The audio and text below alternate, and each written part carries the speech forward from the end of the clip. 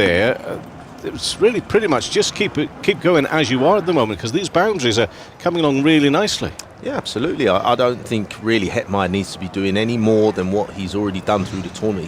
He's batting at a great pace at the moment. But I've got to say, I'm not convinced Chakravarti at the moment. He just looks a bowler very, very short on confidence. I think the lengths he's bowling is far too short for this wicket. If you ask me, he's got to get the ball up, get them driving. Around the wicket again. That was a little uppish to start with, but safe enough for a 2. Coming back for a 2, and a nice comfortable 2 as well for Hetmyer. Yeah, I mean, that's a good example of just saying that. You know, Chakravarti's greatest weapon is his ability to spin the ball both ways. Now, last time I checked, it's very difficult to spin the ball from halfway down a pitch. You know, you've got to get the ball full, get Hetmyer, especially early on. You know, while he's trying to work things out, get him on that front foot. Around the wickets, the left-handed Hetmyer again sort of tucks it away, really. They work hard on the first, creating enough opportunity to come back for 2. And they do. So that's 20 runs from the 2 overs from Varun Chakravarti there. And Hetmyer's on 25, Chase on 39, 99 for 1 after 11 overs. What's that? 10, 12, 14, 16, 17. I've used all my fingers and thumbs there for that one. 17 off that over. It's going along really nicely for the West Indies. But let's get a bit of context on the ground, though, and the score that you need to be thinking about here then, Michael Carberry, if you're the West Indies. Yeah, I think with this launch pad 9 and over, I expect that to go up and up as you know, players start to come in and play with freedom. So I think they've got to be targeting at least minimum 200 for me. Again, just knowing the sheer size of Eden Gardens, it's very small ground. You know, the Indian players are very aggressive as well, and I think just to give their bowlers as secure a blanket as you can get in T20 cricket, I think if the West Indies can get to 200, I think game on for me. Okay, well, just one show of the 100 at the moment at 99 after 11 overs. Reminder, earlier today South Africa beat Zimbabwe, so they're confirmed as being top of the groups. They will play New Zealand on Wednesday, and then on Thursday England await the winners of this game here.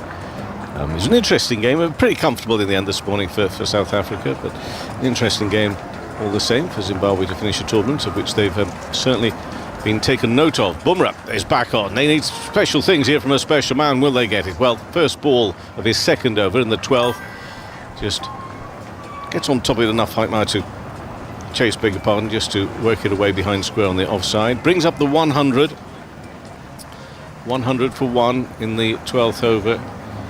And Bumrah needs to do something special, which of course he can do. Let's see what he can muster here. But it's not been a, well, you could say this for pretty much, well, not every team, but so many of the fancy teams in the competition. It's not been plain sailing, has it, for hardly any of them. The West Indies 101 here in the 12th over. Apart from the West Indies, have had a great tournament. Maybe they're not fancied by some. That's the way the Darren Sammy likes it. They'll come back for 2 here, tucked away on the leg side. And 102 for 1 now in the 12th over. And that has just added to the interest and intrigue, I think, in the competition, hasn't it? You just don't know what's going to happen after timeout. Very much so, yeah. I mean, at one stage, I mean, we were questioning the England side, weren't we? Whether they were going to make it, and then they've suddenly found a bit of form as well and look, you know, a formidable force themselves. The West Indies have been terrific for the main through the tournament. Obviously had a bad result recently, but you know, they've been there and thereabouts. India have stuttered along their last fixture as well, so it's been fantastic to watch. Bumrah to Hetmyer, swings across that, does he get a little nick on it? I thought I heard something, so to the umpire. Hetmyer caught by the keeper, however, he's reviewed it immediately. I heard something, can't be 100% certain what it was. What are your thoughts there, Michael Carberry? Because the review was pretty instant, wasn't it, from Hetmyer? Being honest with you, Kevin, I didn't think he got anywhere near. I thought it was mainly off the trousers, the sort of hip area, but we'll have to wait and see. It's a very confident appeal, and obviously the soft signal is out, so let's see. Well, he was given out. Yeah, it's going to be the pocket, isn't it? Well, he's got something in that pocket then that makes noise a little bit like timber. Okay, but he was so quick on it, wasn't he, on the review? Yeah, which you can understand. Look, you know, umpires only get one view, and at the pace Bumrah bowls, everything happens very quickly. But my initial reaction was I always thought that was well. Please keep it rolling through. This is umpire Kettleborough, isn't it? Oh! Take it right back, please. Right back there. We have a clear spike with the ball on the bat. Clear spike. Going to go back to Chris on field to stay with his original decision of out. Wow. Okay, so on the snickometer, as you would have heard, umpire Richard Kettleborough's looking after things there in the TV room. Just the faintest, as it's just going on the inside edge of the bat, which looks, when we first looked at the replay, shall we say, looks as if he'd missed and hit his pocket. Well, Michael Curry, I've got to turn to you on this one. I'm not being funny. I thought I did hear a little bit of something. But that, I mean, would I've even heard that with my hearing? I mean, that was just quite remarkable. But he's gone. Out for 27, caught by the keeper. He's shaking his head. He's not convinced by the technology, is he? Probably, no, he doesn't look too convinced. He thought he got nowhere near it. But I've got to say, it was an outstanding piece of umpiring by Chris Gaffney to make that call on field. With, as I said, with everything happening so quickly. I mean, look, whether Ross and Chase, Hetmeyer thinks is out or not. I mean, look, the evidence is there, the blip is there. Unfortunately, you just have to take that one as a batter and trudge off. But Brumrah, the man for the moment, back into the attack, and things start to happen. Isn't it funny what your eyes think they've seen was not matched by that sound on the odd trades, was it really? I mean, initially I thought yes. Then when I took a look at that replay, I thought no, it's just brushed the pocket or something there of the trousers. I was really quite surprised in the end to see that. And there just was the faintest of spikes. 102 for 2, midway through the 12th over. Who to turn to in a moment of controversy? Henry Moran. Thank you very much indeed, Kevin. Alongside, I'm very pleased to say, Carlos Brathwaite. I don't know if you like the ground or not, really, Carlos. It's all right. 102 for 2 is the score midway through the 12th over. Big moment that. He didn't look happy about it, though, did he? Yeah, but that's where you have the tech. Just the faintest of touches, just enough. Jasprit Bumrah to Rutherford, the new man in. He's going to get a run into the offside immediately. Nicely pushed away out towards that offside, and he seems to be hobbling, actually, Shafay Rutherford. Got smashed by the throw from Kishan at point. So, yeah, it's the thinnest inside edge, but Jasprit Bumrah was certain, wasn't he? Yeah. I think he thought it hit the flap of his pants, which it did. It also just took a little bit of it on the edge. And a lot of people will be asking why he didn't just go straight batted and plonked it into the leg side. He's been ultra aggressive on that length, and it's worked, and he's also lost his wicket to it. Bumrah bowling. Oh, where's that gone? Straight in the air. Fielder takes the catch and short cover. It's the captain. And it's 2 wickets in the over to change the complexion of the game entirely. 103 for 3, and the superstar's done it. Bumrah gets the wicket of Roston Chase, leading edge, startled him, and it's 103 for 3. Yeah, soft dismissal, but outfoxed with his slow ball. Looked as though he ran his fingers down at Ross, and Chase was well out in front of his body. And that could be an over, a pivotal over that we look back on, that changes the not only complexion of the game, but potentially where the trophy can go. You think that one of these two sides can go all the way to win it. And Jasprit Bumrah here in the 12th over. Put a little toe out in front, I reckon. Just a little toe. Once he got a foot in yet, just a little bit of a toe. 2 new batters. Bumrah only into his 2nd over, so he still has 2. They've kept an extra over for him. He hasn't bowled 2 in the power play this time around. Akshar Patel was used a little bit earlier to stay away from Hetmeyer Rutherford. So Bumrah still has a couple up his sleeve. You know that those are the 2 biggest weapons in the arsenal of Surya Kumar Yadav. Well, Rodman Powell comes to the middle. In at 5, West Indies have plenty of batting and firepower, but they need to build another partnership. 68 for the first wicket, but they've now lost 2 for the addition of just 1 run. 103 for 3. You're listening to Test Match Special live from Eden Gardens. Winner will go to the semi-finals. Loser will be heading home. Here comes Bumrah to conclude a brilliant over. Runs in over the wicket. Full delivery defended cautiously by Powell coming forward. Good man for the occasion, Carlos, Rodman Powell. Yeah, I think it is. I backed him to get a score he did in one of the preliminary games, and they need him now. He's familiar with this ground. We have a look back at Ross and Chase's dismissal. Definitely duped by the slow ball, and it hit quite on the sticker, so he was well out in front of himself. Good catch by Sir Kamirdav. Maybe a little bit of a dive for exaggeration, but a good catch nonetheless, especially after the mannequin that Abhishek Sharma dropped a little bit earlier in the game. Are you saying one for the cameras, possibly? Yeah, he had to stretch out, and then it was the whole little dive after. Yeah, I know what you mean. You do get it sometimes, don't you, fielders? Put a bit of sauce on it. Yeah, but their cameras, Sky, we see you. Akshay Patel has the start of a new over, might see a wicket. No! Dropped over the rope.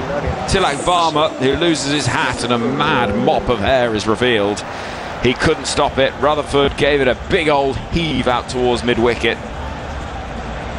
And it's 6. 109 for 3. That should have been taken. But I love that from Rutherford. This over is important because if this over isn't bowled by Akshar Patel, it has to be bowled by Shivam Dubey, who's gone at 19.5 in his Super 8 so far. So they tried to slide in Akshar Patel. Next delivery is sliced away behind square on the offside. Fielder will stop it, just getting round in time. The aforementioned Dubey it is, but 2 runs are taken. They're trying to slip him in now with 2 new batters, and it's a matchup, a good matchup for Sharafin Rutherford. You can't allow Akshar Patel to come in and not put him under pressure and just let India get away with an easy over. So he had to take that risk. He needs to take a few more in the next 4 deliveries as well. Akshar Patel bowls, and through to the gloves of the keeper it goes. Sanju Samson tosses it in the air as if to suggest he might have taken a catch. He's not. As the score stands 111 for 3. Where's that gone? Chipped away into the leg side. And 112 for 3 the score. 2 balls left of the 13th over. 67,000 in, crammed into Eden Gardens. This spectacular venue where you hit those 4 sixes 10 years ago, Carlos, to win the World Cup for West Indies. Remember the name? Well, we certainly do, and we remember it now so fondly because you're one of us, part of the team. Rodman Powell will defend into the offside. There's a dot ball, 9 from the over with the ball left of it. 13th over this. Asked to bat first, West Indies. And the score stands at 112 for 3 as Akshay comes in, round the wicket, left arm spin. There'll be at least 1, and they'll be content with 1 as well. The score stands therefore at 113 for 3, 13 overs gone. Carlos, what's a good score? The average score, I actually did some research today, Henry. You always do some research. 182. 4 teams batting first of 1, only 1 team chasing is 1 at Eden Gardens in this World Cup so far. So all the numbers speak toward West Indies getting to 180, 185 and defending it. The only thing I'm worried about is how do they get these other 72 runs in 7 overs? Have they got enough in the bowling tank? It's my concern. I like the option to go with all your bowlers. So Akil Hussain comes back in, you take out Brandon King, who's been struggling this World Cup, and you give yourself extra firepower.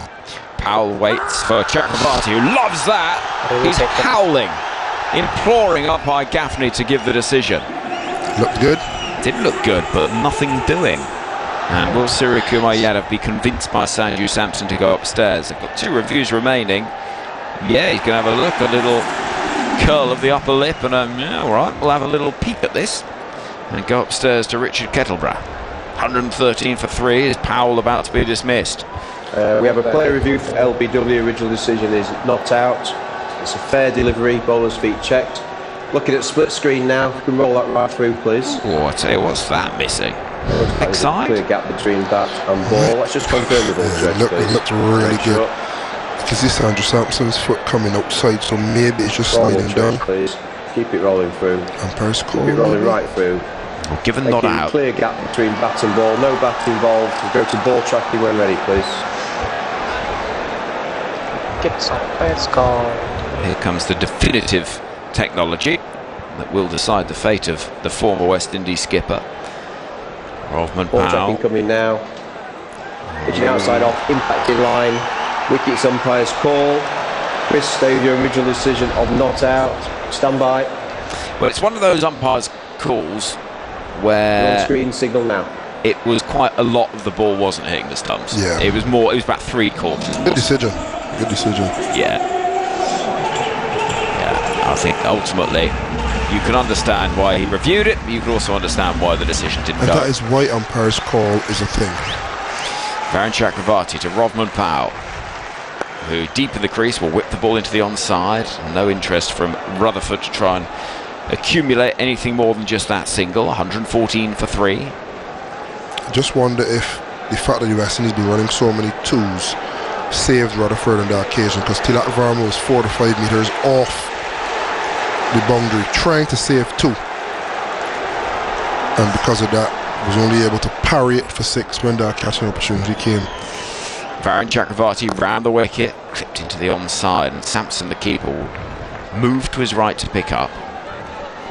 115 for 3. There is a tension around the ground, as if spectators and players and coaches all know how pivotal this passage of play is. Final 5 overs of West Indies have got wickets in hand. Yes, they'll have to deal with 2 overs of Jasprit Bumrah, but they've got the potential for a big score. As they play it off the back foot by Powell, out towards Hardik Pandya, who fields out in front of the dancing upper stand, which is a bank, single-tiered, an expanse of spectators all in that blue. Far away in the distance. Tell you what I love, there is a Julian Goswami stand. Love that. She is a legend. She is a legend. I'm glad that they've saluted her and put her name on one of the stands. Worked into the onside. There might be 2 here. They'll think about a second, and they do get that second. Throw comes in for the first time of the over. Something more than just a